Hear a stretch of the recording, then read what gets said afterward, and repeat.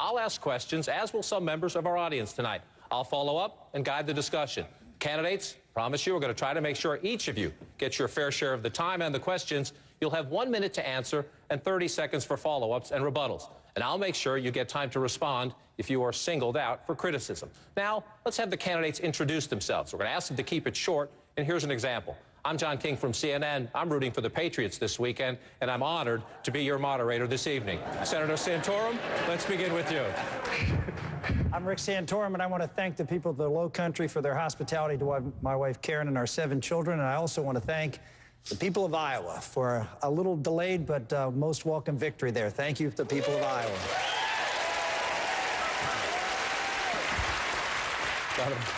I'm Mitt Romney. It's good to be back in South Carolina, see many good friends here. It's also great to be here with my wife and some of my kids. I'm married now 42 years. I have 5 sons, 5 daughters-in-law, 16 grandkids, and they're the joy of my life. Thank you. Mr. Speaker. I'm Newt Gingrich. I want to thank the people of South Carolina for being so hospitable as a Georgian. It feels good to be back at home in the South, and I look forward to this evening.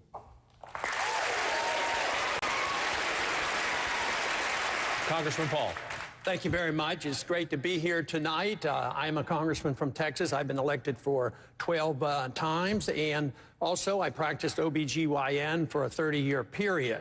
I've also served 5 years in the military, and I'm the only U.S. veteran on this stage tonight.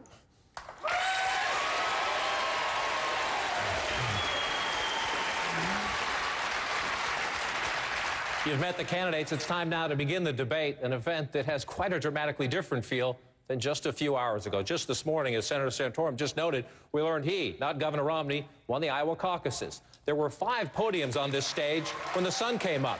4 now because of Governor Rick Perry's decision to drop out. And just as Speaker Gingrich surged into contention here in South Carolina, a direct, fresh character attack on the Speaker. And, Mr. Speaker, I want to start with that this evening. As you know, your ex-wife gave an interview to ABC News and another interview at the Washington Post, and this story has now gone viral on the internet. In it, she says that you came to her in 1999, at a time when you were having an affair. She says you asked her, sir, to enter into an open marriage. Would you like to take some time to respond to that? No, but I will.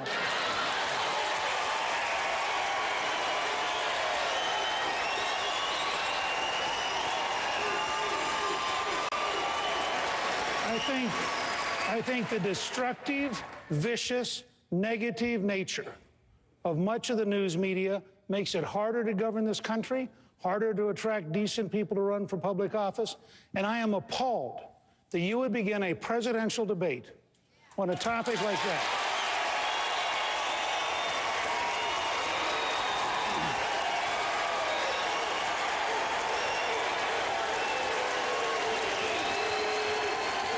Is that all you want to say, sir? Let me finish. Please.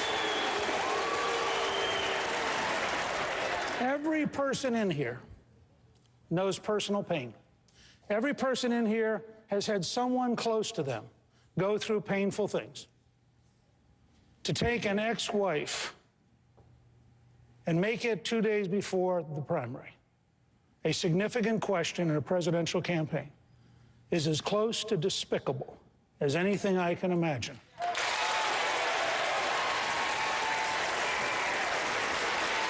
My two daughters wrote the head of ABC and made the point that it was wrong, that they should pull it, and I am frankly astounded that CNN would take trash like that and use it to open a presidential debate.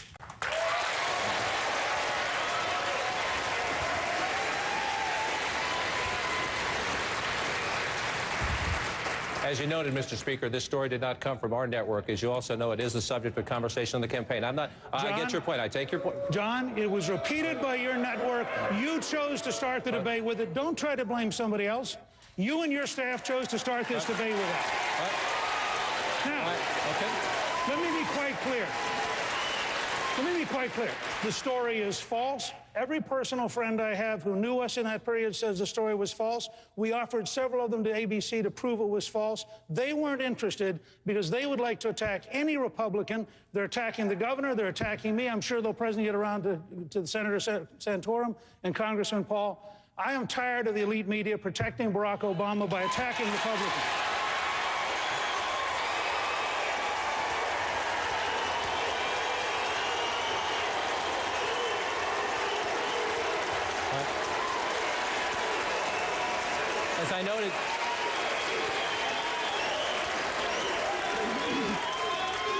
As I noted at the beginning, we have 4 podiums on this stage tonight, not 5. And when he exited the race this morning, Governor Perry quickly and forcefully endorsed Speaker Gingrich. And in that remark, he said that, no, Mr. Gingrich is not a perfect man. Senator Santorum, he said none of us are.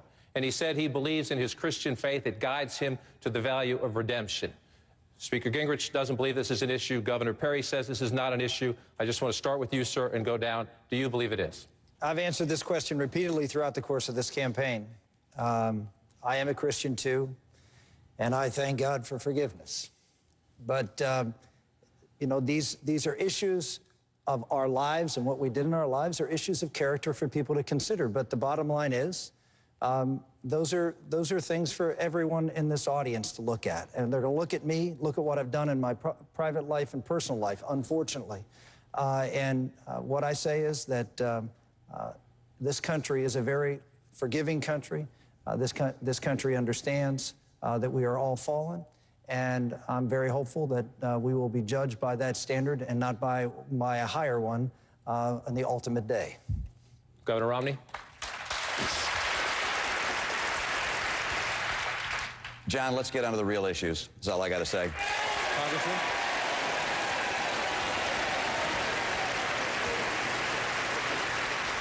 I think too often all of us are on the receiving ends of attacks from the media, and it's very disturbing because sometimes they're not based on facts, and we suffer the consequences.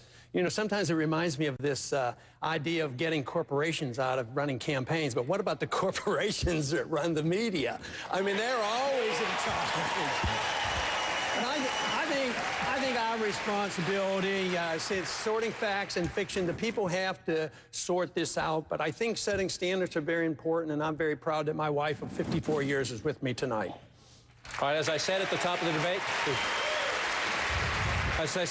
debate, we'll take some questions from the audience. We've reached out to people online. We've also reached out to a number of voters, some who wish they could be here tonight but can't be here tonight. I want to turn to a question from one of those voters. Her name is Jane Gallagher. She's from here in South Carolina. As all of you know, and as everyone in this audience from South Carolina knows, we're in a state with 9.9% unemployment. And Jane asked this question. List 3 or more specific programs that will put American people back to work. Congressman Paul, I want to begin with you. Do you believe we need specific federal programs to put the American people back to work? Well, most of the things the federal government could do to get us back to work is get out of the way. I'd like to name... I'd like to see the federal government have a sound currency. That creates a healthy economy. I would like to see massive reduction of regulations. I would like to see income tax reduced to near zero as possible. And that is what we have to do. We have to get the government out of the way. We have to recognize why we have unemployment. And it comes because we have a deeply flawed financial system that causes financial bubbles. The bubbles burst and you have the unemployment. Now, the most important thing to get over that hump that was created artificially by bad economic policies is to allow the correction to occur.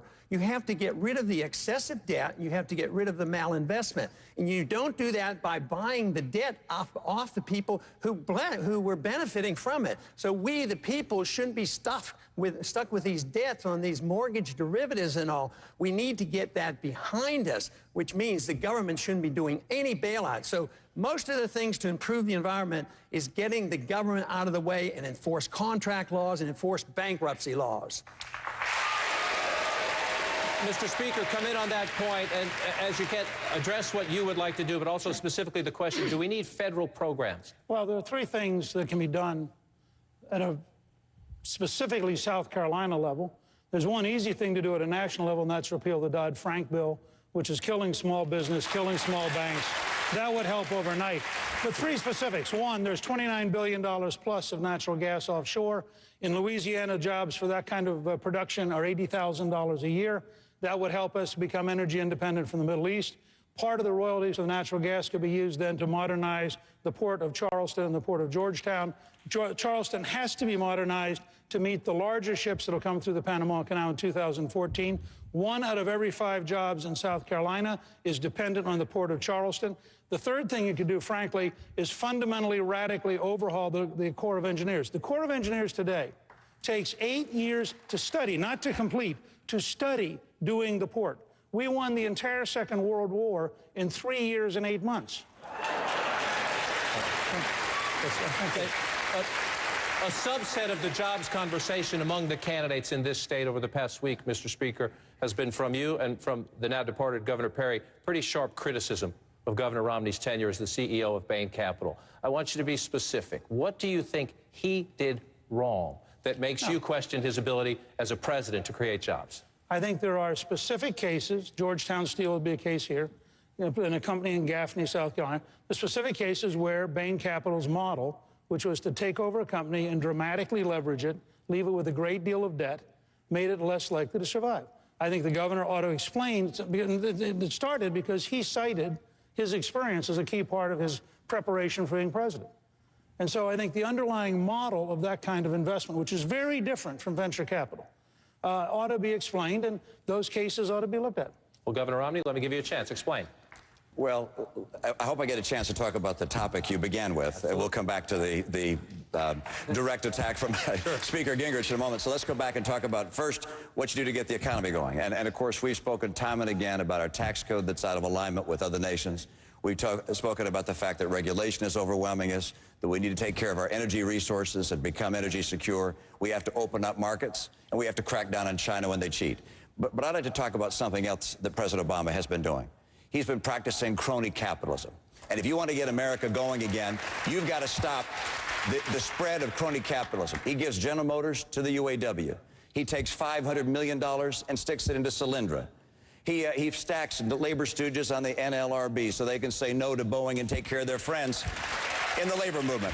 You go across the country with regards to energy, because he has to bow to the most extreme members of the environmental movement, he turns down the Keystone Pipeline, which would bring energy and jobs to America. This president is the biggest impediment to job growth in this country, and we have to replace Barack Obama to get America working again. Let's go back. I'm glad you had that opportunity. I do want to go back and see if we can clear this up. Now, the questions about Bain, many have been about the number. You have said 120,000 jobs that you can tie back to decisions you made at Bain Capital. I want you to take your time, sir, and do the math. Do the math and how you get to 100 or 120,000 jobs. I'll do the math, but let me tell you, I know we're going to get attacked from the left, from Barack Obama, on capitalism. I know that people are going to say, oh, you should only practice it this way or that way, and think they know better than the private market. My view is capitalism works. Free enterprise works. And I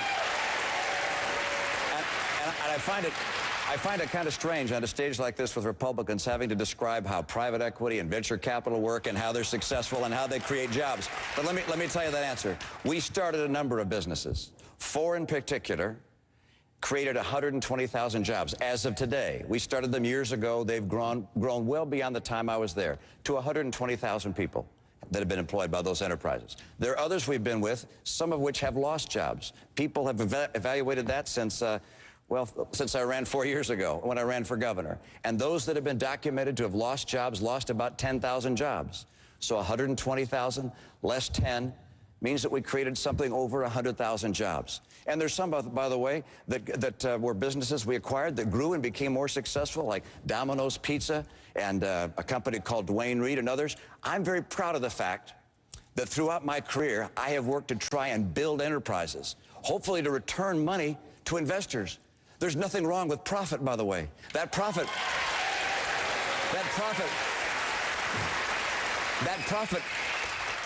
went to pension funds, to charities. It went to a wide array of institutions. A lot of people benefited from that. And by the way, as enterprises become more profitable, they can hire more people.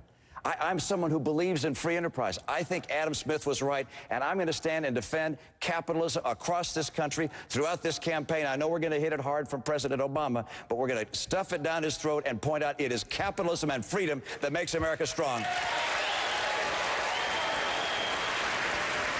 Senator Santorum, join the conversation specifically to the initial question from Jane. What should the federal government be doing? And do you believe in specific programs? And I also want to ask you if you share the Speaker's concern about Governor Romney's tenure at Bain.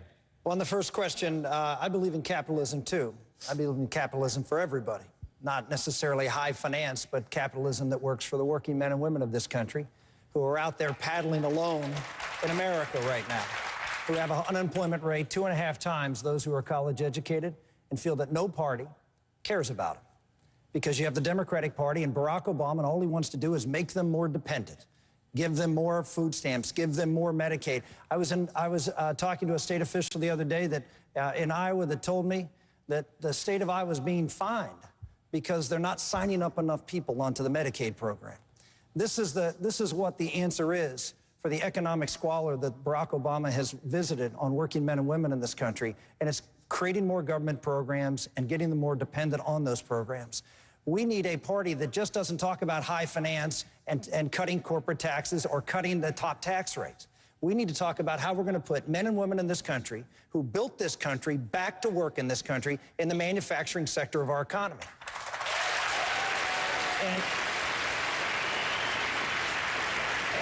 And there's one candidate that has done that. I have done that. I've done that throughout the course of this campaign.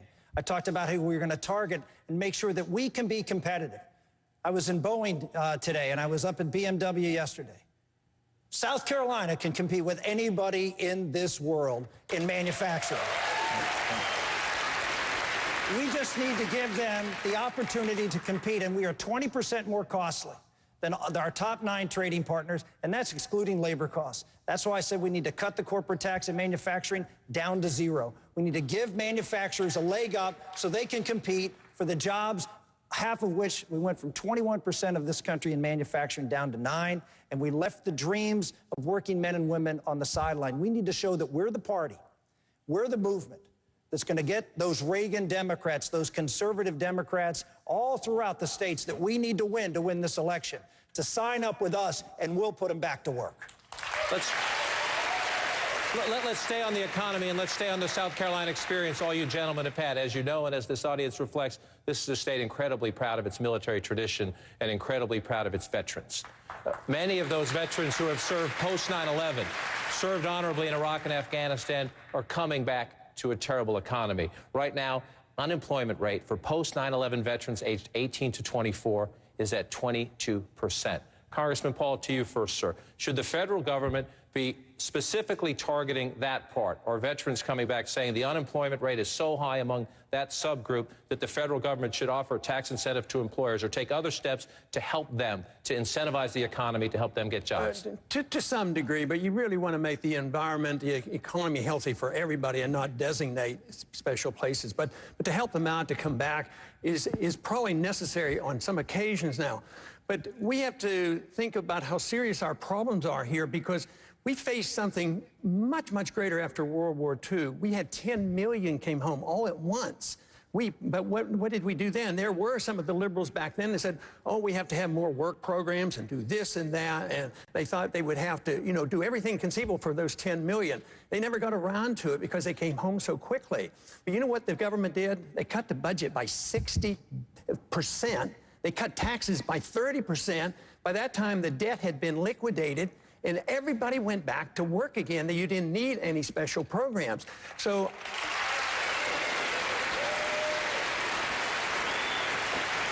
but the one thing, talking about concern about the military and the veterans, I'm very proud that, I get twice as many donations from the military, active military people, than all the rest put together. So I'm very concerned about them.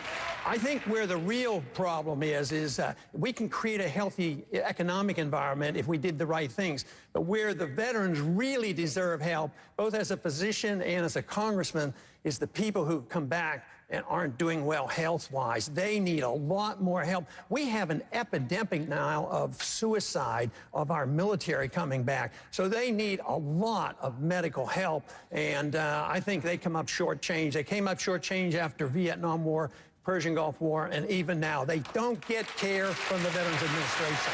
I think we all agree there's a generational challenge for the country with the brain injuries and the other injuries and the suicide, as you mentioned. I want to stay on the economy for a minute, though. Senator Santorum, you started to shake your head. Again, specifically, it's a role of government question. Should the government be stepping in and saying we need to help this subgroup in the economy that's hurting, the veterans? Well, obviously, we have and should continue to have veterans' preferences. People who went out and served this country should have preferences when it comes to job positions when they come back to work in this economy.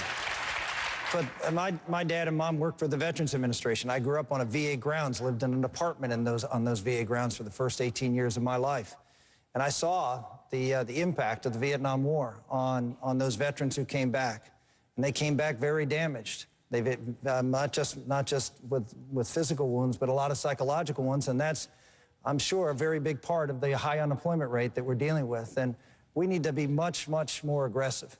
We have the President of the United States who said he is going to cut veterans' benefits, cut our military, at a time when these folks are 4, 5, 6, 7 tours, coming back in and out of jobs, sacrificing everything for this country, and the President of the United States can't cut one penny out of the social welfare system, and he wants to cut $1 trillion out of our military and hit our veterans, and that's disgusting. So, Governor, and then Mr. Speaker, Senator Santorum passionately makes the case. It also is a time, as all of you know, of very tough budget decisions the next president is going to have to make, setting priorities. How do you do it? What specifically do you do to help the veterans? Well, let's distinguish between what gets done at the federal level and what gets done at the state level. In our state, we found a way to help our veterans by saying, look, if you're going to come back, particularly if you're in the National Guard, we'll pay for your education, college degree, both the fees and tuition. We give you a full ride. And we also had a plan that said if you come back and you've been out of work for a year or more, we're going to put like a bonus on your back, which if anyone hires you, that bonus goes to them to pay for your training. So we can encourage that to occur. But let's do it at the state level. Let's not have the federal government continue to extend its tentacles into everything that goes on in this country. Let's take the money that we use to help people who have real needs, and instead of having it all administered by the federal government that thinks they know how to do everything, let's take that money, bundle up South Carolina's fair share and every other state's fair share, send it to them and say, you care for your people in the way you feel best. Let's do that at the state level. And I agree with what Senator Santorum said with regards to our military budget. Right now, for the president to be cutting $350,000 from our military budget, planning to cut another $650 billion, $350 billion, another $650 billion, $1 trillion. His Secretary of Defense says that represents a doomsday scenario. We've got an aging Navy. We've got an aging Air Force. They're planning on cutting our number of active duty personnel. They can't possibly keep up with the needs of our veterans. It is absolutely wrong to balance our budget on the backs of our military. We need a strong military, so strong, no one in the world would ever think of testing it.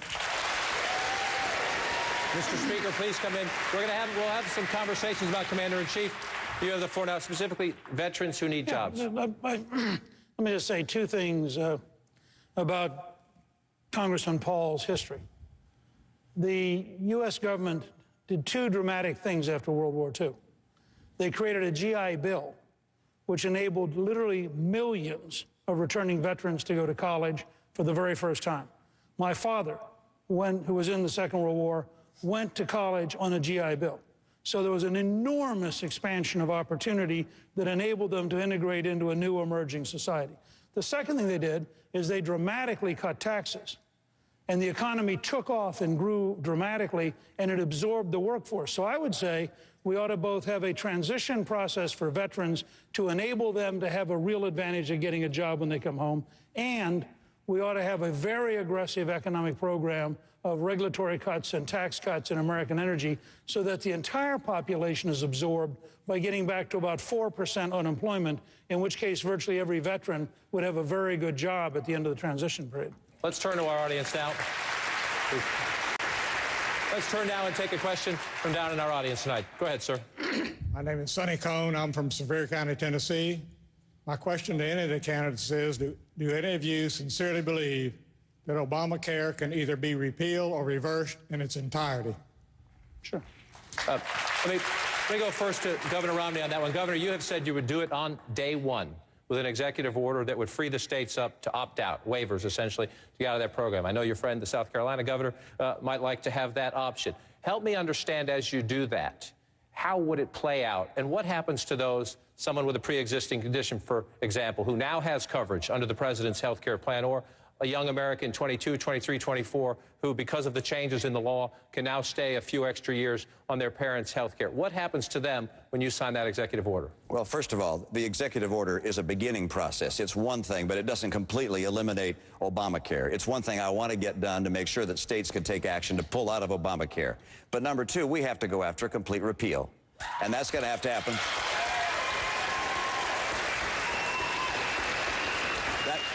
That's going to have to happen with a House and a Senate, hopefully that are Republican. If we don't have a Republican majority, I think we're going to be able to convince some Democrats that when the American people stand up loud and clear and say, we do not want Obamacare, we do not want the higher taxes, we do not want a $500 billion cut in Medicare to pay for Obamacare, I think you're going to see the American people stand with our president and say, let's get rid of Obamacare. But we'll replace it. And I've laid out what I'll replace it with. First, it's a bill that does care for people that have pre-existing conditions. If they've got a pre-existing condition and they've been previously insured, they won't be denied insurance going forward. Secondly, I'll allow people to own their own insurance rather than just be able to get it from their employer. I want people to be able to take their insurance with them if they go from job to job. So we'll make it work in the way that's designed to have healthcare act like a market, a consumer market, as opposed to have it run like Amtrak and the post office. That's what's at risk, at stake here. We go back to this. Ours is the party of free enterprise, freedom, markets, consumer choice. Theirs is the party of government knowledge, government domination, where Barack Obama believes that he knows better for the American people what's best for them. He's wrong. We're right. That's what we're going to win. So, Mr. Speaker, you heard the skepticism. This is a Southern Republican voter, but he's skeptical. He knows how Washington works. He's watched Washington work. He's asked, can it be reversed in its entirety? You were the Speaker of the House. You understand how this works. How can it be repealed in this current political environment? Well, let me say, first of all, if you've watched Washington and you're not skeptical, you haven't learned anything. I mean, this system is a total mess right now. Second, can you get it repealed in total? Sure. You have to elect a House, a Senate, and a president committed to that. It has to be a major part of the fall campaign. And I think that, frankly, on our side, with any of us, it's going to be a major part of the fall campaign. The American people are frightened of bureaucratic, centralized medicine. They deeply distrust Washington, and the pressure will be to repeal it. And a lot of what Governor Romney just said, I think, is actually pretty good, sound stuff for part of the replacement.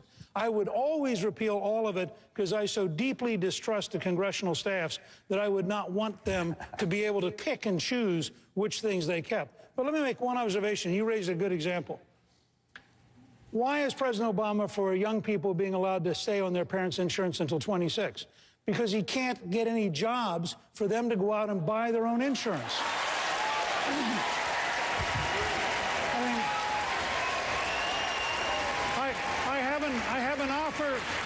I have an offer to the parents of America. Elect us, and your kids will be able to move out because they'll have work. Wait 1 second. Senator Santorum, you heard Governor Romney and you heard Speaker Gingrich.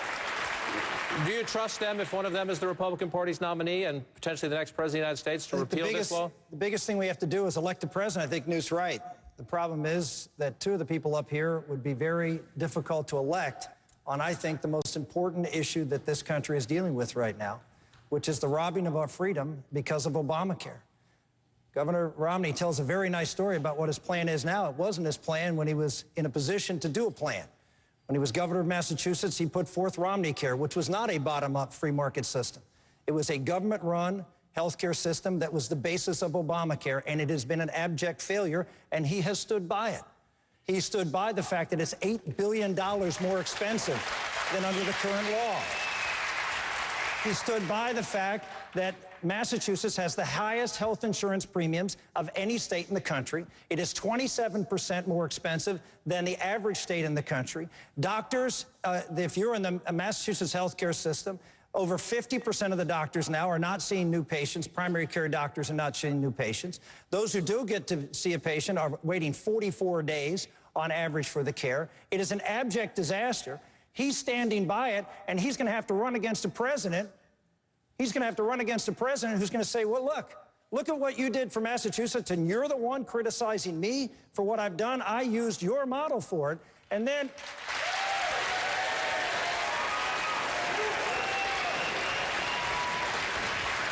we have Speaker Gingrich, who has been for an individual mandate, not back when the time that just was heritage was floating around in the 90s, but his latest comments since 2008, just a few years ago.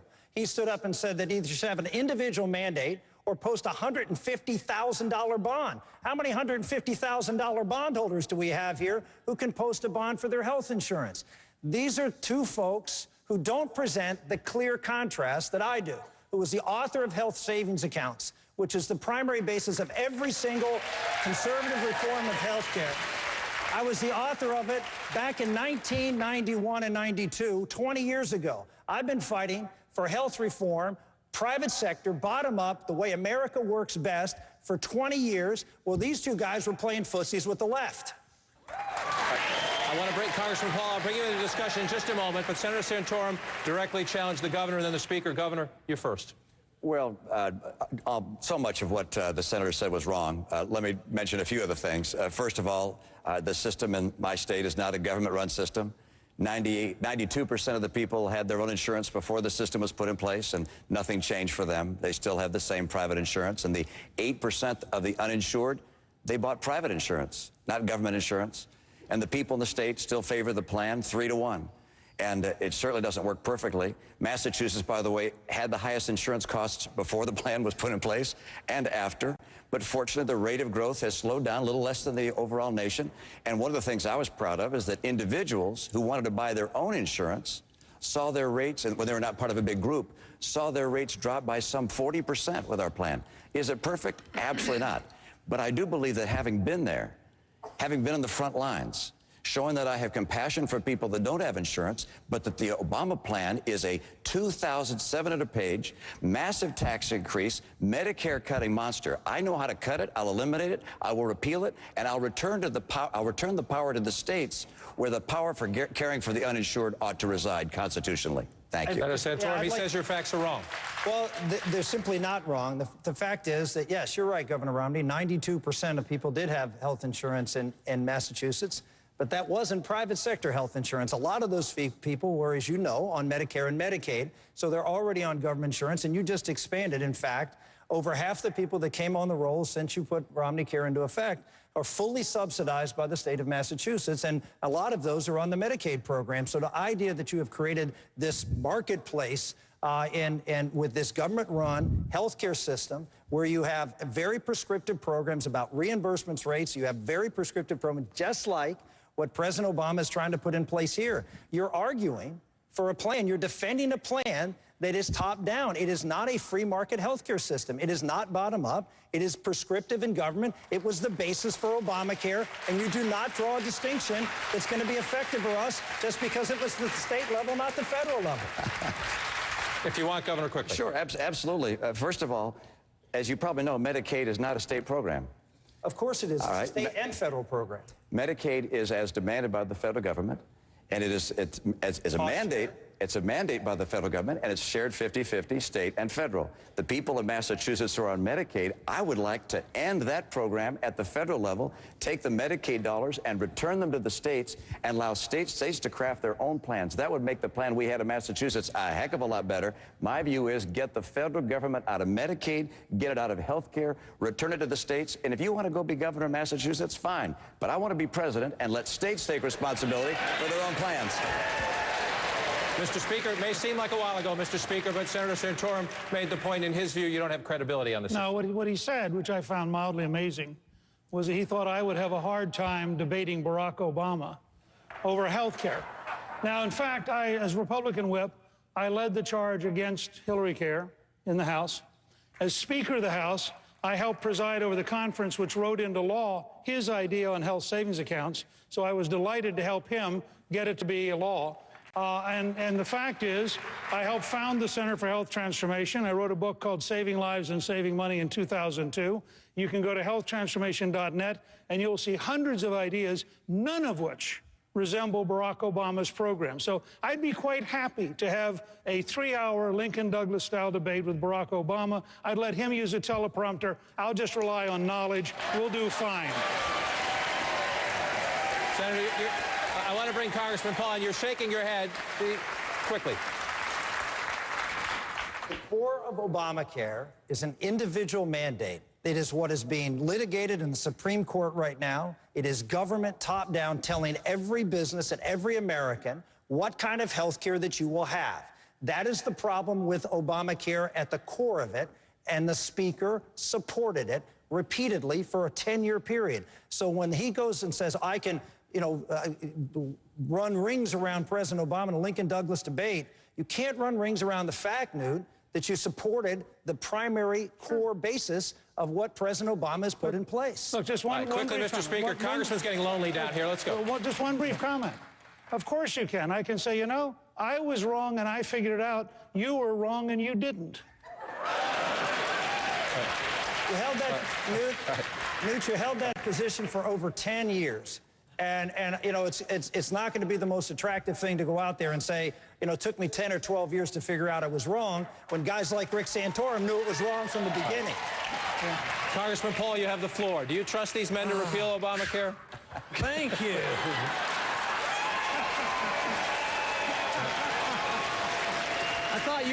I thought maybe you were prejudiced against doctors and a doctor that practiced medicine in the military or something. No, I want to address the question. The gentleman asked whether he thinks we can repeal Obamacare. Theoretically, we can. The likelihood isn't all that good. We can diminish some of the effect, but I'm more concerned about a bigger picture of what's happening, and that is government involvement in medicine. I had the privilege of practicing medicine in the early 60s before we had any government, and it worked rather well, and there was nobody out in the street suffering with no medical care.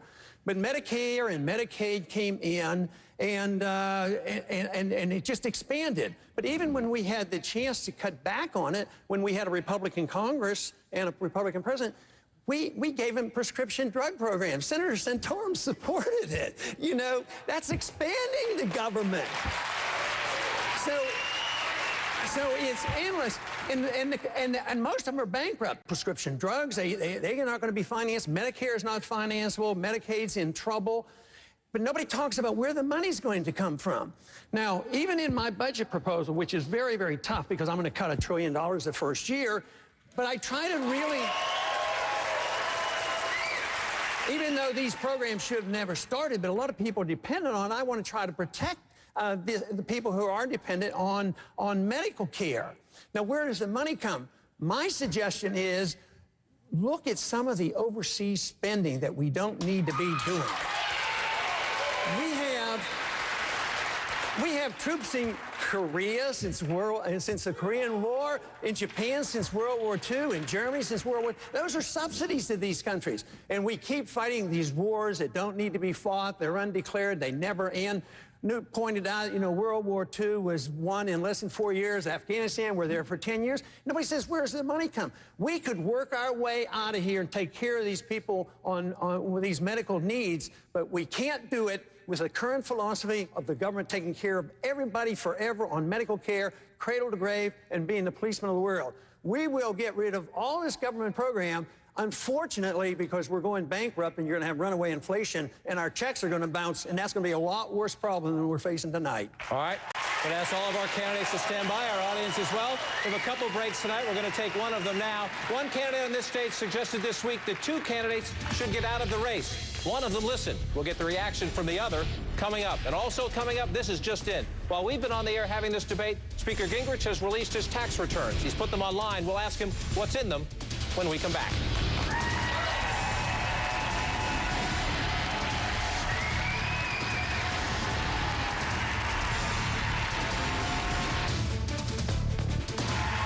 Charleston, South Carolina, in our Southern Republican presidential debate. Let's get back to questioning the 4 gentlemen who would like to be the Republican nominee for president and the next president of the United States. part of the political conversation during the crackling campaign in this great state this week. Senator Santorum, Speaker Gingrich said he thought it would be preferable for the conservative movement if one candidate, in his view, had a direct campaign against Governor Romney. He suggested, he didn't said it was up to you, but he suggested perhaps Governor Perry and Senator Santorum should get out of the race. In suggesting that, he said this: you don't have, quote, any of the knowledge for how to do something on this scale.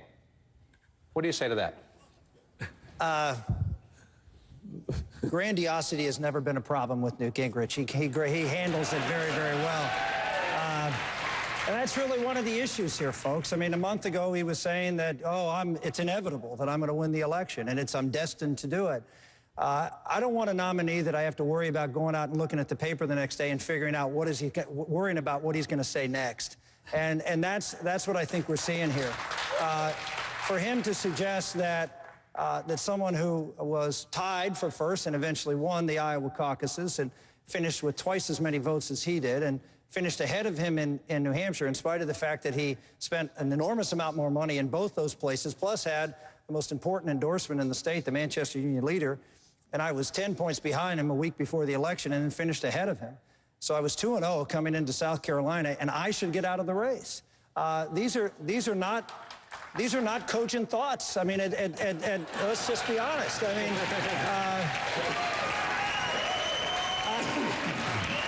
Newt's a friend. I love him, but at times you just got to, sort of that, worrisome moment that something's going to pop, and we can't afford that in a nominee. We need someone. I'm not the most flamboyant, and I don't get the biggest applause lines here, but I'm steady. I'm solid. I'm not going to go out and do things that you're going to worry about. I'm going to be out there. I'm going to make Barack Obama the issue in this campaign. Mr. Speaker, take some time to respond. As you do so, what exactly did you mean doesn't have any of the knowledge for how to do something on this scale? It's a very simple question. How big a scale of change do we want in Washington? I started working with Governor Reagan in 1974. I helped with Jack Kemp and others the development of supply-side economics in the late 70s. I participated in the 80s in an enormous project of economic growth. And with President Reagan's leadership, the American people created 16 million jobs. With President Reagan's leadership, the Soviet Union disappeared. I came back. I spent 16 years on a grandiose project called creating a Republican majority in the House. 16 years. And most of the Republican leaders in the House thought it was a joke. Even the night before the election, they thought it was a joke. And we created the first majority. We then worked for 2 solid years, reformed welfare. 2 out of 3 people went back to work or went to school. We ultimately became the first re-elected Republican majority since 1928. We then went on to cut taxes for the first time in 16 years, the largest capital gains tax cut in American history. In the 4 years I was Speaker, the American people created 11 million new jobs. We balanced the budget for 4 consecutive years, the only time in your lifetime. You're right. I think grandiose thoughts. This is a grandiose country of big people doing big things, and we need leadership prepared to take on big projects. Quickly. I will give Newt Gingrich his due on grandiose ideas and grandiose projects. I will not give him his due on executing those projects, which is exactly what the President of the United States is supposed to do. 4 years into his speakership, he was thrown out by the conservatives. It was a coup against him in 3. I served with him. I was there. I knew what the problems were going on in the House of Representatives when Newt Gingrich was leading there. It was an idea a minute. No discipline, no ability to be able to pull things together. I understand you're taking credit for the 1994 election, and you did have a lot of plans. As you know, I worked with you on those, and we had meetings early in the morning on many a week. And so we worked together on that. But you'll have to admit that this freshman congressman who wasn't supposed to win a race came and did something you never did, which is blew the lid off the biggest scandal to hit the Congress in 50 years. You knew about it for 10 or 15 years because you told me you knew about it. And you did nothing because you didn't have the courage to stand up to your own leadership, the Democratic Speaker of the House, take to the floor of the Senate, demand the releasing of the checks that were being kited by members of Congress, risk your political career, risk your promotion within the ranks, and do what was right for America. And that had more or as much to do with the 1994 win as any plan that you put together. Mr. Speaker, respond. You know, Campaigns are interesting experiences for all of us. And each of us writes a selective history that fits our interests. As a freshman in 1979, I moved to expel a member who was a convicted felon for the first time since 1917 against the wishes of our leadership. In the Page scandal in the 1980s, I moved and threatened to expel them unless they were punished much more severely against the wishes of the leadership. In the late 1980s, I initiated charges against the Speaker of the House, Jim Wright, at rather considerable risk for a backbench member. In 1990, I opposed the President of the United States of my own party when he tried to raise taxes. I said I actually thought he meant read my lips, and I led the fight against raising taxes, against the wishes of my party's leadership. I think long before Rick came to Congress, I was busy being a rebel, creating the Conservative Opportunity Society, developing a plan to win a majority in the Congress. And if you talk to anybody who worked at the Congressional Campaign Committee from December of 1978 on, for 16 years, I worked to help create the Republican Party nationally, to become a majority. I worked to create GOPAC, to train a majority. Those are just historic facts, even if they're inconvenient for Rick's campaign. Governor Romney, you're raising your hand to come in the conversation. I want to let you in the conversation, but also, as I do, you put an ad on the air paid by your campaign. This is not one of the super PAC ads. Your campaign calling the Speaker an unreliable leader. Why? Well, let me go back and address first what you just heard. What you've listened to, in my view, and the Speaker's rendition of history going back to 1978, his involvement in Washington, is, in my view, a perfect example of why we need to send to Washington someone who has not lived in Washington, but someone who's lived in the real streets of America, working in the private sector, who's led a business, who started a business, who helped lead the Olympics, who helped lead a state. We need to have someone outside Washington go to Washington. If we want people who spent their life and their career, most of their career in Washington, we have 3 people on the stage who, well, I take that back. We got a doctor down here who spent most of his time in the surgical suite. Well, not surgery, the birthing suite. But I think America has to make a choice as to whether we're going to send people who spent their life in Washington to go represent our country, or instead whether we're going to have someone who's been a leader in the private sector and knows how the real economy works at the grassroots level. Now you asked me an entirely different question. What do you...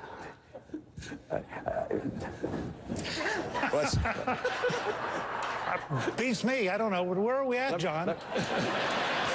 Let me tell you. One of the things I find amusing is listening to how much credit is taken in Washington for what goes on in Main Street.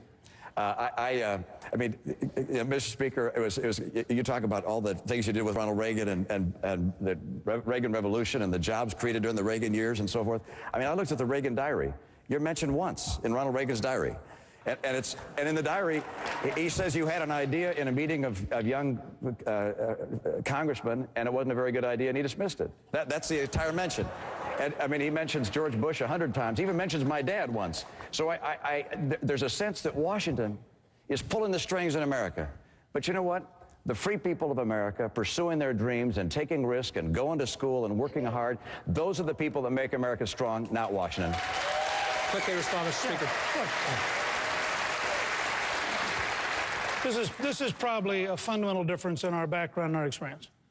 Under Jimmy Carter, we had the wrong laws, the wrong regulations, the wrong leadership, and we killed jobs. We had inflation. We went to 10.8% unemployment. Under Ronald Reagan, we had the right job, the right laws, the right regulators, the right leadership. We created 16 million new jobs. We then had 2 consecutive tax increases, one by a Republican, one by a Democrat. The economy stagnated.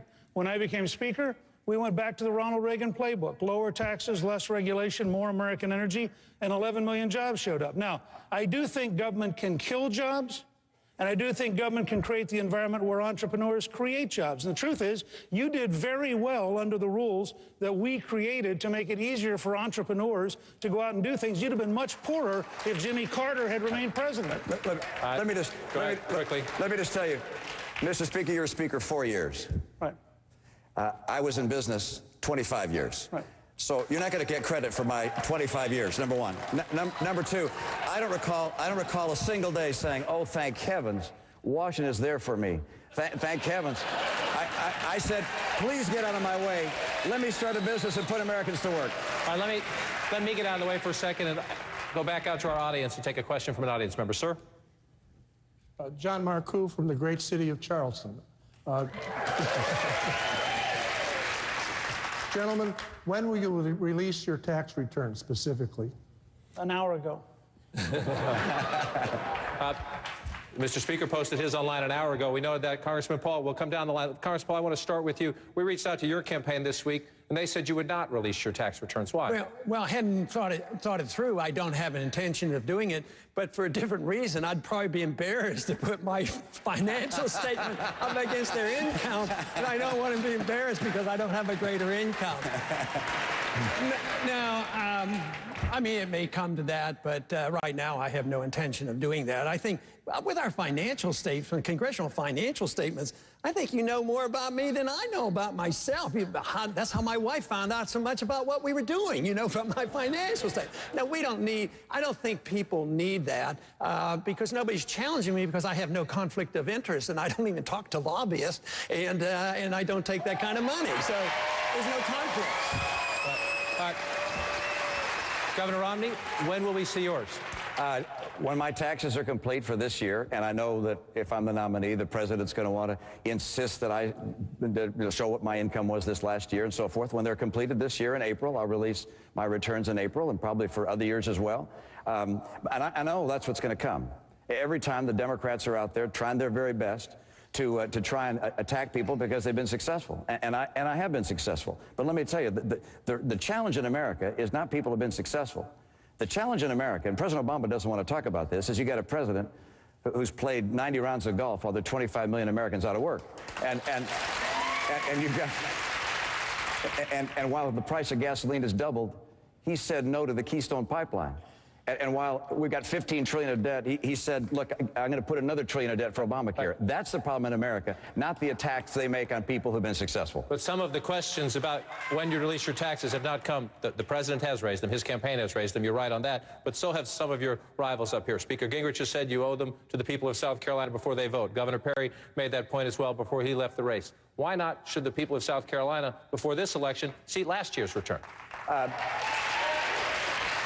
Because I want to make sure that I beat President Obama. And every time we release things, drip by drip, the Democrats go out with another array of attacks. As has been done in the past, if I'm the nominee, I'll put these out at one time so we have one discussion of all of this. I obviously pay all full taxes. I'm honest in my dealings with people. People understand that. My taxes are carefully managed. And I pay a lot of taxes. I've been very successful, and when I have our taxes ready for this year, I'll release them. Speaker Gingrich, is that good enough? Look, he's got to decide, and the people of South Carolina have to decide. But if there's anything in there that is going to help us lose the election, we should know it before the nomination. And if there's nothing in there, why not release it? I mean, it's a very simple model. But he's got to decide. It's his decision, and everybody's got to run their own campaign based on what they think is a reasonable risk. I released mine this evening. We also released the little small charitable foundation we have so people can see what we do and how we did it and what our values are. Senator Santorum, when will we see yours? Well, I do my own taxes, and they're on my computer, and I'm not home. So, and there's nobody at home right now. Until I get home, I won't get them. When I get home, you'll get my taxes. But you did call on the governor to release his. No, someone asked me, would it be okay for the governor? I said yes. I don't think it's a big deal. I mean, if Governor Romney's told what his tax rate is, mine's higher than that, I can assure you. But I can't tell you what it was. All I know is it was very painful writing a check last April. That's all I can tell you. Governor Romney, you mentioned the Democratic attacks. I want to ask you to go back in history a little bit. Back in 1967, your father set what was then a groundbreaking standard in American politics. He released his tax returns. He released them for not 1 year, but for 12 years. And when he did that, he said this: 1 year could be a fluke, perhaps done for show. When you release yours, will you follow your father's example? Maybe. I don't know how many years I'll release. I'll take a look at what our documents are. And I'll release multiple years. I don't know how many years, but I'll be happy to do that. And let me tell you, I know there are some who are very anxious to see if they can't make it more difficult for a campaign to be successful. I know the Democrats want to go after the fact that I've been successful. I'm not going to apologize for being successful. And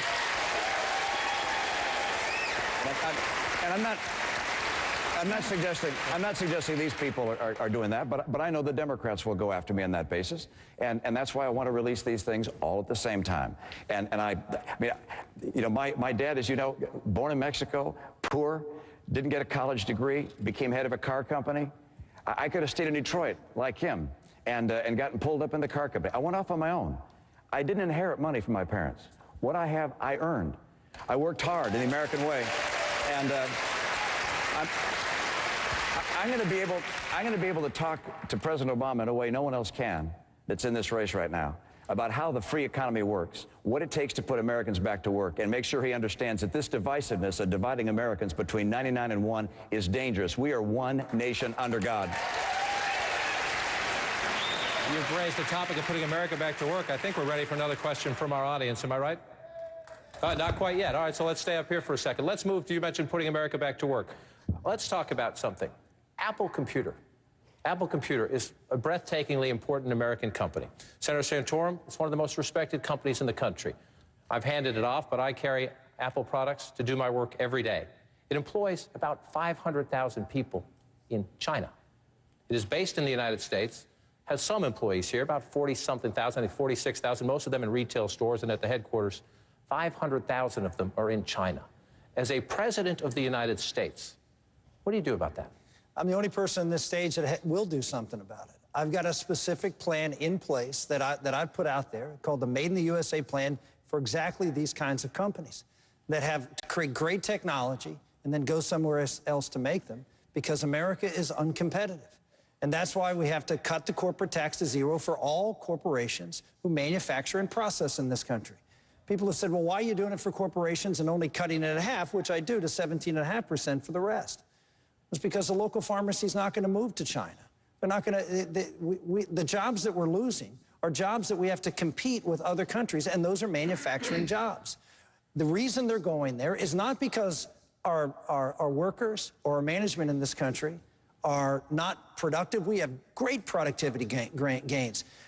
It's amazing the transformation that has been made in the last decade or two about our manufacturing processing here. It is simply government getting in the way. None of these folks do anything.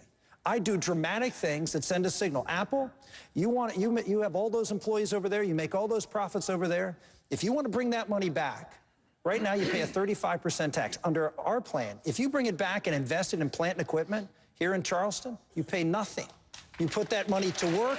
If you invest it, you pay nothing. It's a powerful incentive. You throw on top of that the energy policy that we put out there to revitalize the energy sector, which will create, again, manufacturing energy costs is a big deal. So we have an energy piece. We also have a piece having to do with regulations. The Obama administration has promulgated 2.5 times the number of regulations that cost American businesses over $100 million a year. 2.5 times the last 16 years of presidents. This president is putting a burden on manufacturers and business. It's the reason we're not making things here.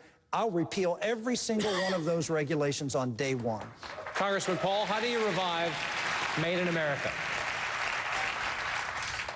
You have to create the right conditions to bring these companies back, and they have to bring their capital back and shouldn't be taxed. But Apple's a great company, but the way you ask the question, it infers that because there's a bunch of workers overseas, it hasn't benefited a lot of people here. The consumers obviously have been benefited by a good company, well run. But obviously there's a lot of employees with Apple in this country as well. I don't think that's the number that you have to be concerned about. A lot of people worry about us buying and money going overseas.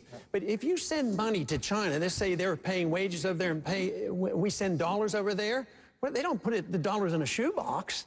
They have to spend those dollars. Unfortunately, they're buying our debt and perpetuating our consumerism here and our debt here. But immediately there's a benefit to us because those dollars come back. But also, when you get products, if they're buying products cheaper over there, let's say the computer cost $100 instead of $1,000. Well, the person's just saved $900. That helps the economy. That $900 stays in that person's pocket. So whether it's shoes or a computer, so we shouldn't be frightened about trade or sending money on, but we have to look at the reason why they're doing this. I mean, even the car companies, there's obviously a problem with car companies here. They're in bigger trouble, and we had to bail them out. But there are foreign companies that build cars in this country, and they make a living out of it. So it's more complex than that, but we have to do whatever we can. I think the union problem, the right to work states, and of course I've chided Senator Santorum on this because he has voted, you know, against right to work. But we have to change these conditions to invite people back. But believe me, the regulations and the fact that we are the issuer of the reserve currency of the world is a real temporary blessing for us because it's easy for us to export our money. That's unfortunately our greatest export, and they're still taking our money. Soon, though, they're going to quit, and this whole ball game is going to end, and we better get prepared for it. He mentioned you, Senator Santorum. Go ahead, quickly. Congressman Paul knows, because we've talked about this before, I've already signed a pledge and said I would sign a national right-to-work bill. And when I was a senator from Pennsylvania, which is a state that does not a right-to-work state, the state made a decision not to be right-to-work, and I wasn't going to go to Washington and overturn that from the federal government and do that to the state. That's a very different position. Quickly, sir. Yeah, the response should be yes. I understand that. That's the way politics works. You voted the way you thought was best. Representative government. Yeah, for your state. But as president, are you going to represent South Carolina or Pennsylvania? That's really the question. Well, maybe you didn't hear what I said. I said I would support a national right-to-work law and sign it into law and would support it and advocate for one.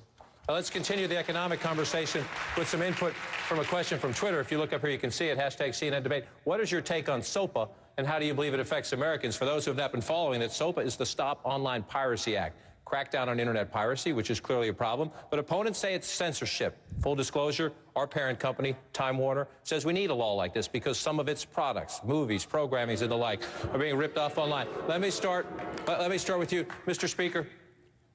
There's two competing ends, two engines even of our economy here at odds on this. How do you deal with it? Well, you're asking a conservative about the economic interest of Hollywood. And I'm weighing it. I'm weighing it. I'm not rushing in. I'm trying to think through all of the many fond left-wing people who are so eager to protect. On the other hand, you have virtually everybody who's technologically advanced, including, you know, Google and YouTube and Facebook and all the folks who say this is going to totally mess up the internet, and the bill in its current form is written really badly and leads to a range of censorship that is totally unacceptable. Well, I favor freedom. And I think that if I think that we have a patent office, we have copyright law. If a company finds that it has genuinely been infringed upon, it has the right to sue but the idea that we're going to preemptively have the government start censoring the internet on behalf of giant corporations' economic interest strikes me as exactly the wrong thing to do. Mr. Speaker, right, Governor Romney, these companies complain, some of them are based in Hollywood, not all of them are, that their software, that their publishing, that their movies, that their shows are being ripped off. I think he got it just about right. The truth of the matter is that the law as written is far too intrusive, far too expansive, far too threatening to freedom of speech and movement of information across the internet. It would have a potentially depressing impact on one of the fastest growing industries in America, which is the internet and all those industries connected to it. At the same time, we care very deeply about intellectual content that's going across the internet. And if we can find a way to very narrowly, through our current laws, go after those people who are pirating, particularly those from offshore, we'll do that. But a very broad law, which gives the government the power to start stepping into the internet and saying who can pass what to whom, I think that's a mistake. And so I'd say, no, I'm standing for freedom. I mean, it's a big issue in the country right now. Congressman Paul and Senator Santorum, your views on this one quickly. I was the first Republican to sign on with a host of Democrats to oppose this law. And we have had a concerted effort, and I feel like we're making achievement there. This bill is not going to pass, but watch out for the next one.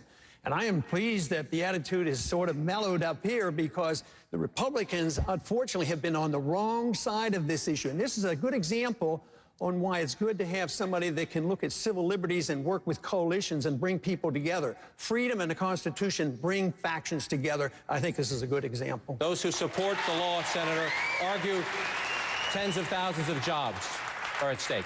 I don't support this law, and I agree with everybody up here that it goes too far, but I will not agree with everybody up there that there isn't something that can and should be done to protect the intellectual property rights of people.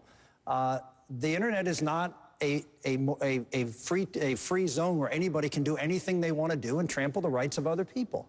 And particularly when we're talking about, in this case, we're talking about entities offshore that are doing so, that are pirating things. So the idea that the government, that you have businesses in this country and that the government has no role to try to protect the intellectual property of people who have those rights in this country from people overseas pirating them and then selling them back into this country, it's great. I mean, I'm for free, but I'm not for people abusing the law, and that's what's happening right now, and I think something proper should be done. I agree this goes too far. But the idea that, anything goes on the internet, where did that come from? We're in America to say that anything goes. We have laws, and we respect the law, and the rule of law is an important thing, and property rights should be respected. All right, gentlemen, I want to thank you. I ask our audience, applaud if you wish. Stand by 1 second. Take one more break. Much more of our Southern Republican presidential debate to come, including this question. After months of campaigning, if these candidates could do one thing over, what would it be? Welcome back to the Southern Republican presidential debate. I'm John King. We're live in Charleston, South Carolina. A lot more issues to wander through tonight, but I just want to take this moment. After months and months of campaigning, maybe this is fun, maybe it isn't. Speaker Gingrich, I want to start with you. You're at this for months and you're out there. If there's one thing, just one thing in this campaign you could do over, what would it be? I would skip the opening 3 months where I hired regular consultants and tried to figure out how to be a normal candidate. And I would just go straight at being a big ideas, big solutions, internet-based campaign from day one. It just didn't work. I mean, it's not who I am. I'm not capable of being a sort of traditional candidate. I'm a very idea-oriented candidate, and I think the internet makes it possible to create a momentum of ideas that's very, very exciting. Governor Romney? Well, I'd have worked to get 25 more votes in Iowa, that's for sure.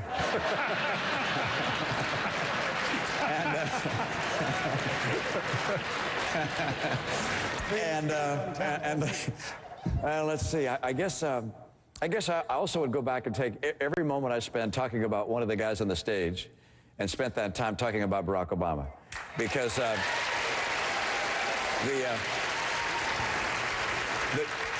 the truth is that Barack Obama is just way over his head, and he's taking our country down a path that is very dangerous. He's making us more and more like a European social welfare state. He's making us an entitlement society. He's taking away the rights of our citizens. He believes government should run this country.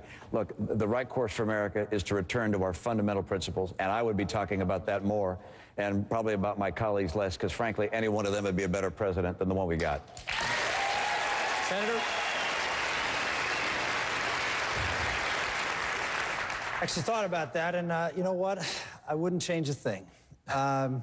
It's for me to be standing here in the Final Four is about as amazing a thing that I could have ever conceived of happening. Someone who had no money, who lost his last race, who everyone basically ignored as I traveled around South Carolina, Iowa, and New Hampshire, and just talked to people. A town hall meeting after 700 town hall meetings, just going around.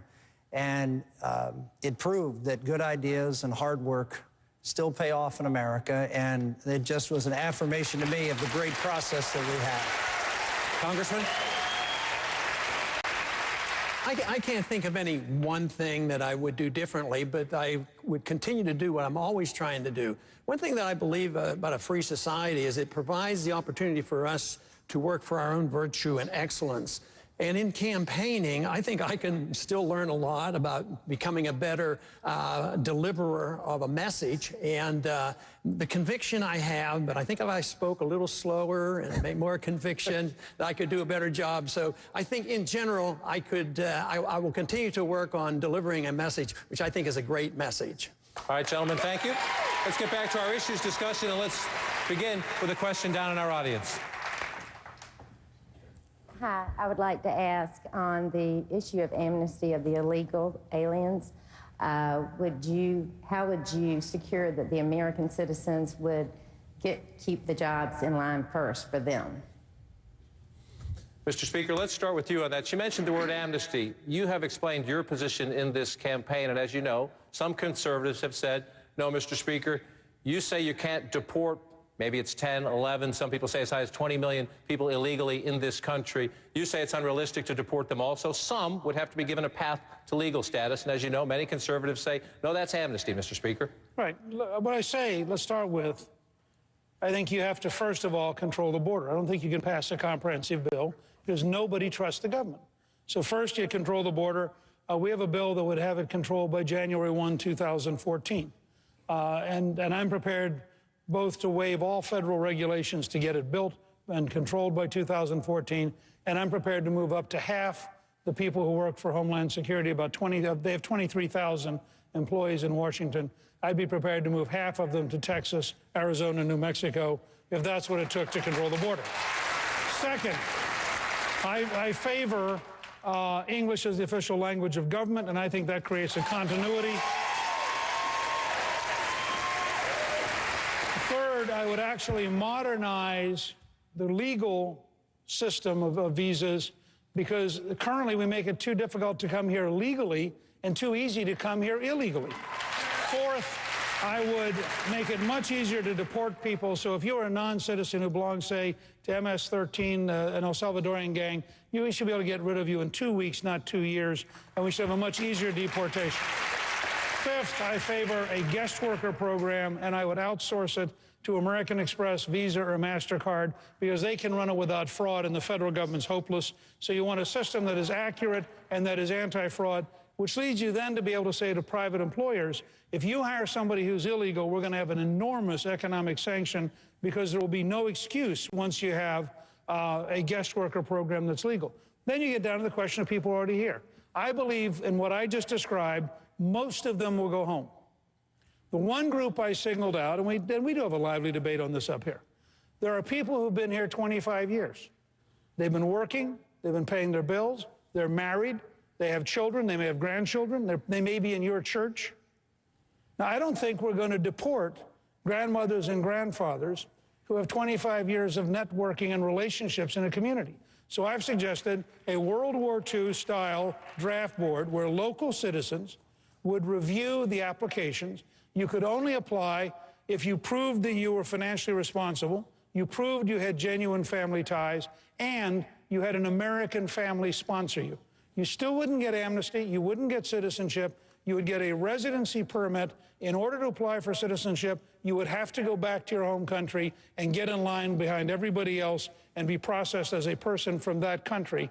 But I think this is a doable, solvable, practical solution. And I think trying to deport grandmothers and grandfathers will never pass the Congress and would never be accepted by the American people. Governor Romney, is that the doable, practical solution?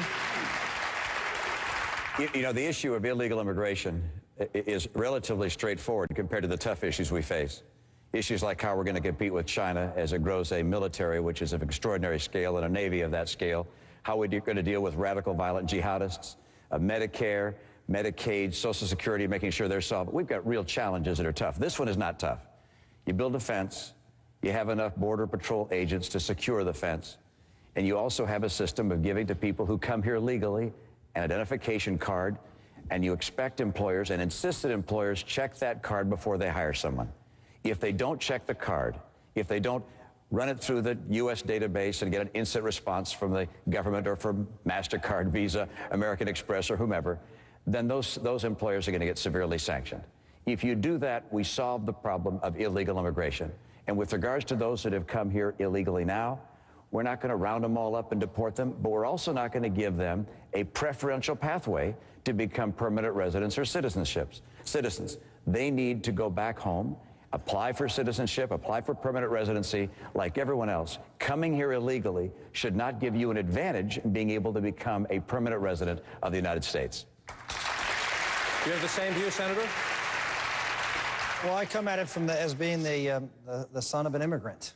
My grandfather came to this country and brought my dad when he was 7 years old, and that's the story that I love and familiar with, and believe in the heart of hearts that that immigration is people who want to come to this country and be Americans is really the continuing infusion of freedom and enthusiasm for our country.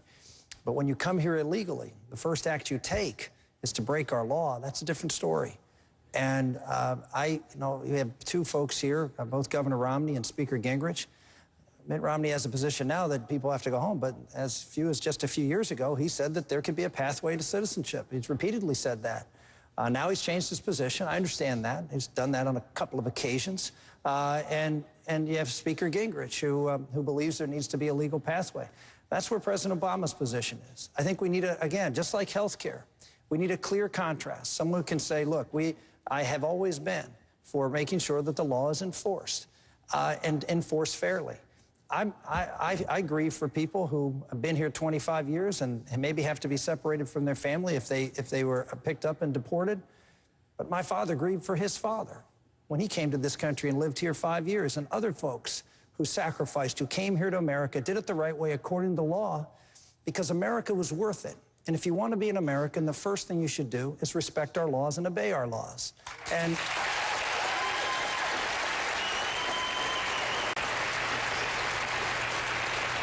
the idea that someone, whether it's either of these two gentlemen, the idea that someone who came here and lived here 25 years has only broken one law. If they've worked for 25 years, they've been breaking the law for 25 years. If they've been working, they have probably stolen someone's Social Security number, and they've committed Social Security fraud. This is not just a single occurrence. It's an ongoing issue. And if we treat people like that differently than we do with a mother who, in a desperate situation, goes out and shoplifts or does something and gets thrown in jail, what do we say? That we're going to treat people in this country who do things for their family differently than those who are here illegally? I don't think so. You mentioned both Governor Romney and the Speaker. Take a moment quickly. I want to bring Congressman Paul into the conversation. He is essentially saying he doesn't trust you on this. Well, I ran for president 4 years ago. This was the position I described when I ran 4 years ago, wrote a book, laid out my position. I actually agreed, I think, with what you just said, which is I believe those people who've come here illegally should not be given a preferential path to become permanent residents or citizens of this country. You shake your head. Look, okay. I'll be happy to show you the quotes of what you said, that people should have a pathway to citizenship. And the path, not citizenship, pathway to be legal in this country, not citizenship. And the pathway that I've described is that those individuals who come here illegally should be able to register in this country, have a temporary period to arrange their affairs, and return home and get at the back of the line like everyone else. And the position I've had is that the people who've come here illegally should not be given a preferential pathway relative to others, but should be able to get in the same line at the back of the line. And I agree with the senator. I'm sorry you don't acknowledge my agreement, but I agree with you that this is a nation of laws. At the same time, I think it's important. I'm glad you mentioned this, because I didn't in my answer.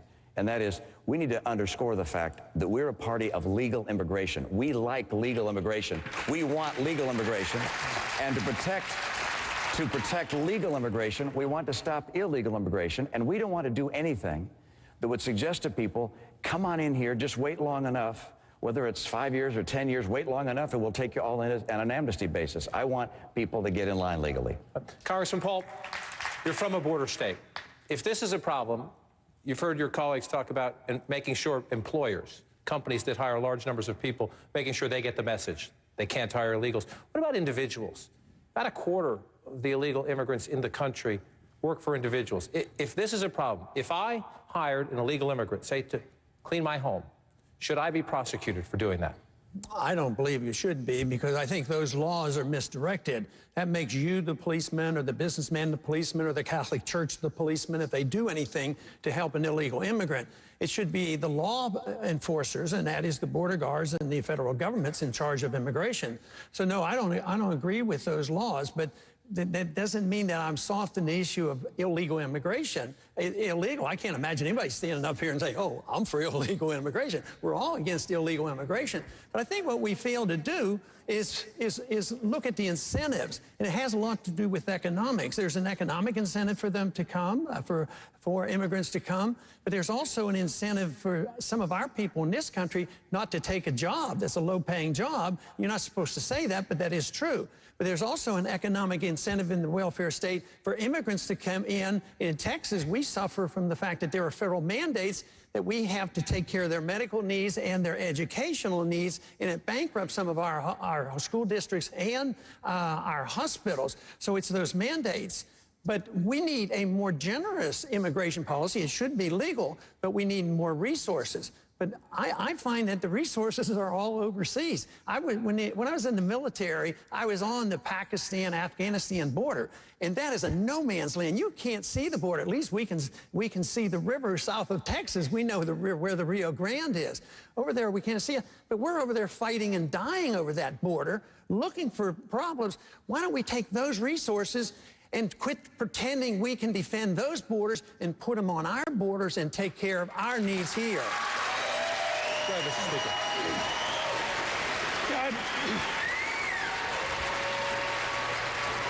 John, I just think if you're going to raise immigration, I want to make the point that on the very first day that I'm inaugurated, I will issue an executive order to the Justice Department to drop the lawsuits against South Carolina, Alabama, and Arizona. The federal government should enforce the law, not stop states from helping it enforce the law.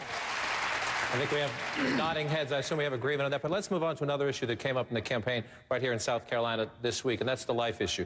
Mr. Speaker, your campaign sent out a mailing to South Carolina Republicans across this state, essentially questioning Governor Romney's commitment on this issue, saying that he has changed his position on the abortion issue. If you recall, I moderated a debate back in New Hampshire in June. There were 7 candidates then. We have 4 tonight. But when this came up, we talked about it briefly, and then I asked, is this a fair game, an issue in this campaign, or is it case closed? Mr. Kane, who was with us at the time, said case closed, and I paused. No one else took the opportunity to speak up. If it was case closed then, why is it a legitimate issue now? You just said nobody else spoke. So nobody else said, yes, it's case closed. I mean, Herman Cain said it was case closed. The rest of us it wasn't a particular issue we wanted to fight that night. I mean, we are allowed to run our own campaigns, John. It's not an automatic requirement that we fit in your debate schedule. This is a very straightforward question. Governor Romney, and I accept this. I mean, Governor Romney has said that he had an experience in a lab and became pro-life, and I accept that. After he became pro-life, Romney Care does pay for tax-paid abortions. Romney Care has written into it Planned Parenthood, the largest abortion provider in the country, by name, does not have any right to life group written into it. He did appoint pro-abortion judges, and a branch of the government, which included his appointees, did agree to fund an abortion clinic for Planned Parenthood. All that occurred after he had become pro-life. Now, those are all facts which we validated, and it seems to me that's a legitimate part of the campaign, is to say, okay, if you're genuinely pro-life, how come these things are occurring? Governor Romney questions whether you're genuinely pro-life. I'm not questioned on character or integrity very often. And I don't feel like standing here for that, but let me clarify the things which are wrong and what the speaker just said. And he can get a scintilla of truth in there to make it seem like this is a significant issue. But let's go through one by one. First, in Romney Care, there's no mention of abortion whatsoever. The courts in Massachusetts, the Supreme Court, was the body that decided that all times that there was any subsidy of health care in Massachusetts, that one received abortion care. That was not done by the legislature. It would not be done by me either. I would have vetoed such a thing. That was done by the courts, not by the legislature, by me. Number two, it's true, somewhere in that bill of ours, 70 pages, there's the mention of the word Planned Parenthood. But it describes a person on a technical advisory board about payment structures. There's no requirement or no participation of Planned Parenthood in our health care plan. With regards to judges, I appointed probably 50 or 60 judges at the trial court level, mostly, the great majority. These were former prosecutors, 80% of them former prosecutors. We don't have a litmus test for appointing judges, asking them if they're pro-life or not pro-life. These are people going after crimes and the like. I didn't get to appoint any Supreme Court justices. I am pro-life. And the Massachusetts Citizens for Life and several other family-oriented groups wrote a letter 2 weeks ago and said they'd watched my record, that I was an avidly pro-life governor. I'm a pro-life governor. I am a pro-life individual. And I have to be honest here. It is, this is not the time to be doubting people's words or questioning their integrity. I'm pro-life. By the way, is there any possibility that I've ever made a mistake in that regard? I didn't see something that I should have seen? Possibly. But you can count on me as President of the United States to pursue a policy that protects the life of the unborn, whether here in this country or overseas. And I'll reverse the policies of this president. Thank you. Mr. Speaker, he says you're questioning his integrity. I'll yield to Senator Santorum. Senator? I just want to make out one point, and a lot of legislators here in the room, and they know this to be the truth, that if you write a piece of legislation and you say medical care and you do not specifically mention that abortion is not covered, we know from every court decision at the state and federal level that the federal courts and state courts will require it. That is someone every governor knows, every state legislator knows. And so when Governor Romney did not put that in the bill, you can't say, oh, gee, surprise, the court made us cover abortions. He knew very well that the court would make them cover abortions. That's number one. Number two,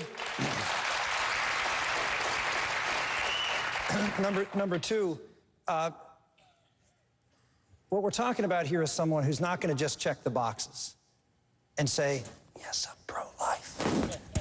We get a lot of folks who just whisper into the microphone that they're pro-life, and then you have other people go out and fight the battle and defend life and come out of the trenches and actually work to make sure that the dignity of every human life, innocent human life in this country, is protected. And I've done that. And I would say, in contrast with Speaker Gingrich, who on the social issues, in particular when he was Speaker and even afterwards, they were pushed in the back bench. There was a pledge to America that the Congress tried to put together in 2010.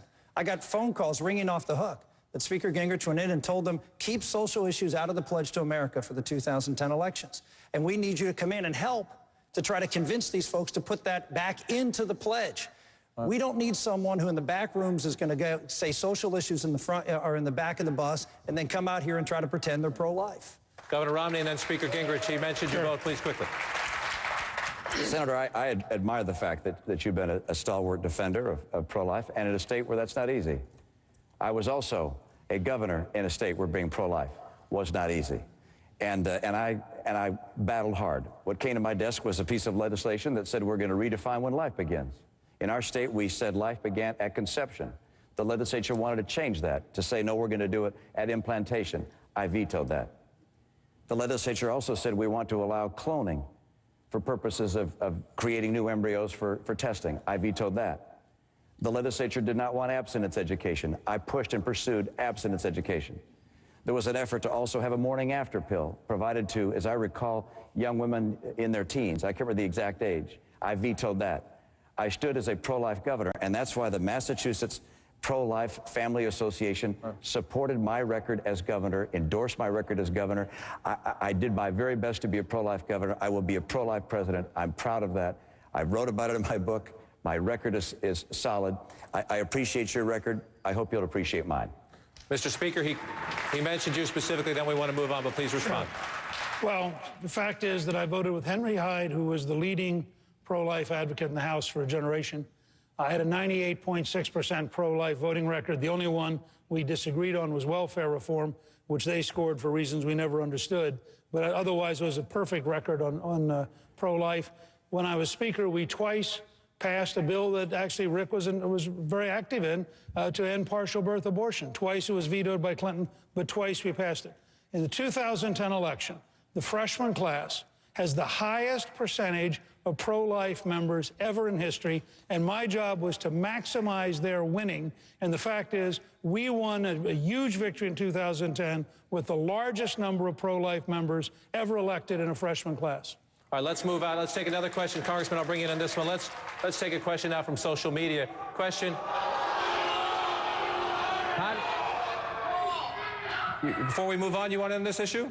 They want you in on this issue. Would you like in on this issue?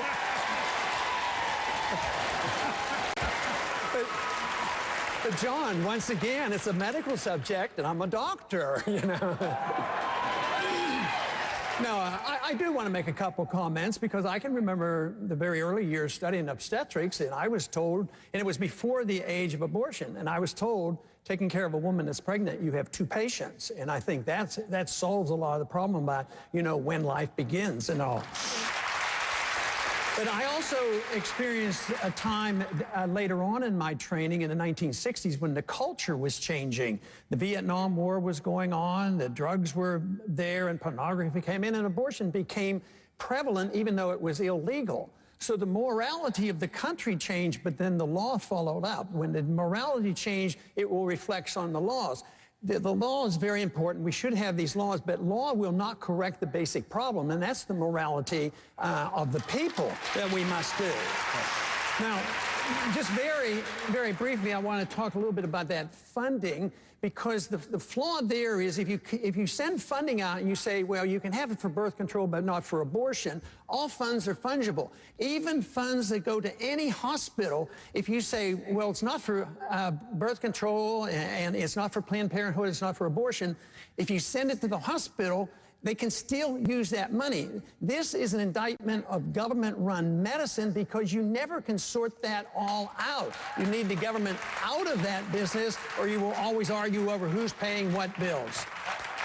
Very quickly, Senator. I think that was directed at me, and so I would just say this. Congressman Paul has a national right-to-life voting record of 50%, which is pretty much what Harry Reid's national right-to-life voting record is.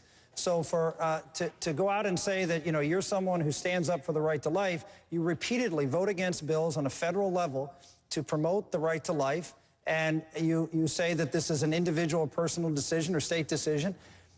Life should be protected, and you should have the willingness to stand up on a federal level, on any level of government, and protect what our Declaration protects, which is the right of our Creator to life, and that is a federal issue, not a state issue. Quickly, sir. Well, just for the record, I wasn't even thinking about you when I was giving my statement, so you are overly sensitive.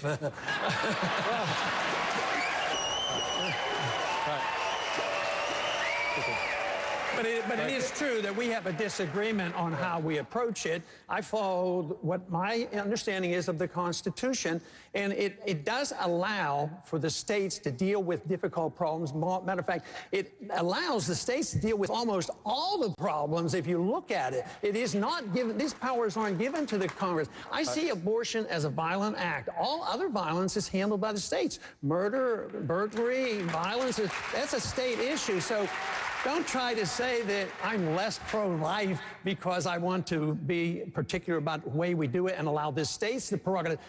This is the solution. This is the solution, because if we would allow the states to write their laws, take away the jurisdiction by a majority vote in the Congress, you repeal Roe versus Wade overnight instead of waiting year after year to change the court system. All right, we need to take one more break, gentlemen. Stand by. Less than 35 hours away now from the polls opening right here in South Carolina, a state that is crucial, often decisive in Republican presidential politics. Stay with us to hear the candidates' closing arguments to the voters of a state that takes pride in picking presidents.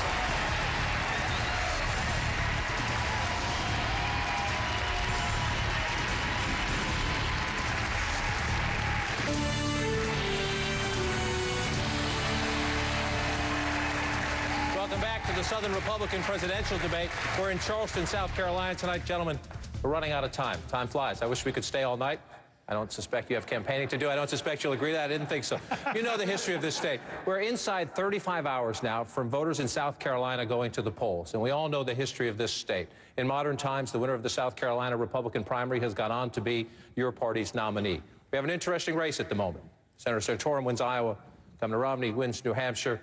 Everybody's waiting to see. Most people believe if Governor Romney wins here, he would be the prohibitive favorite. I want each of you, since we have a short time left, and I'll start on the end, we'll come down the line. Congressman Paul, make your case. Make your case. South Carolina essentially faces this decision.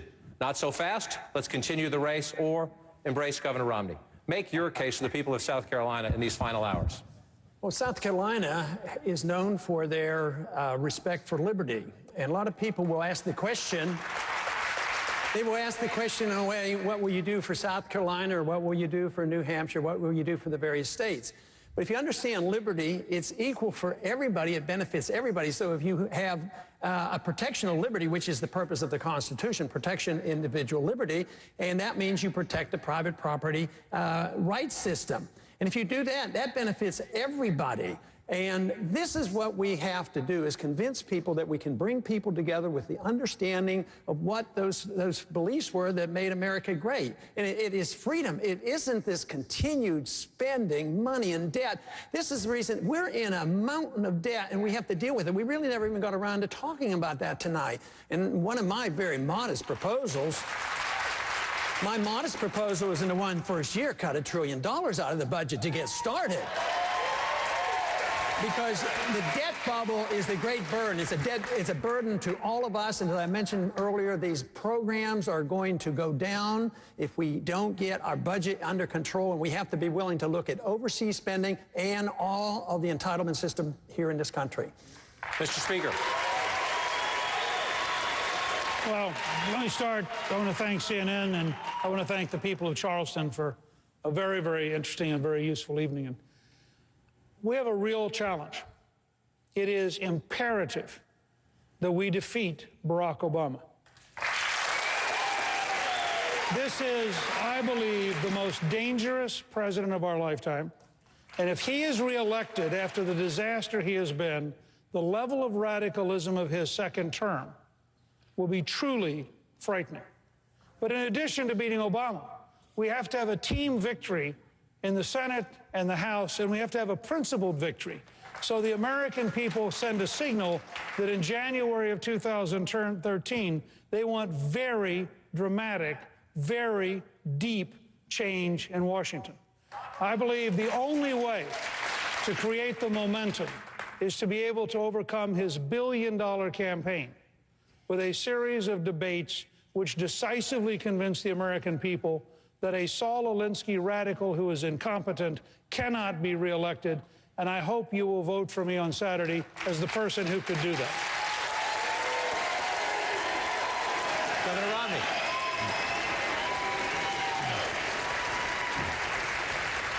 I agree with a lot of what these last two men have just said. I think this is an absolutely critical election. I believe that the founders took very careful thought in the preparation of the words of our Declaration of Independence that said that the Creator had endowed us with certain unalienable rights. Not the state, but the Creator. Among them, life, liberty, and the pursuit of happiness. And by virtue of those words, the pursuit of happiness, this became the place on the planet where we were able to pursue our dreams as we might choose. People came here from all over the world wishing to pursue happiness in their own way. And that has made us the most powerful economic engine in the world, where we can guard freedom because our military is the strongest in the world, coming from that powerful economic engine. This president's changing that. He's changing the very nature of America. He's turning us not from a merit society, an opportunity society, where people are free to choose their own course, but instead he's making us an entitlement society, where people think they're entitled to what other people have, where government takes from some and gives to others. That has never been the source of American greatness. We need to return to the principles upon which this country was founded. Our president said, I think, in a very revealing way, that he wants to fundamentally transform America. He's wrong. We need to restore the values that made America the hope of the earth. And I understand those values. I will do everything in my power to restore those values by keeping America free, by fighting for free enterprise, by standing up to President Obama and pointing out how he has made it almost impossible for our private sector to reboot. I will get America working again. I will defeat Barack Obama and keep America as it's always been, the shining city on a hill. Thank you. Senator Santorum.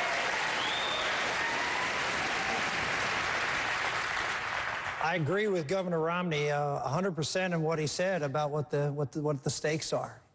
Question is, who's the best person to take on President Obama?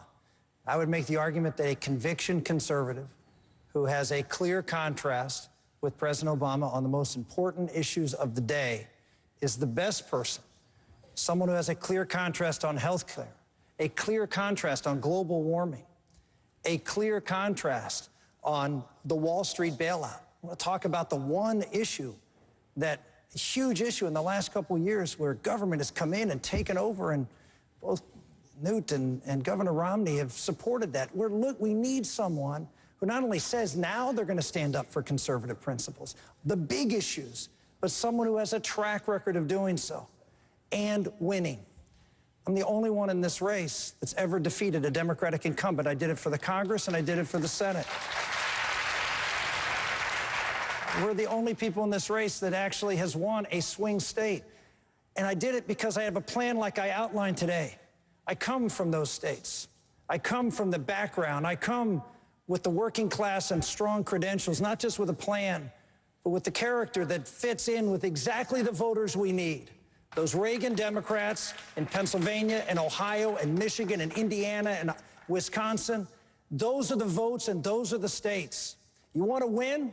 Elect someone who can win in the states we have to win and draw the clear contrast with President Obama. South Carolina, you've been told in the past you got to settle for a moderate because they can win.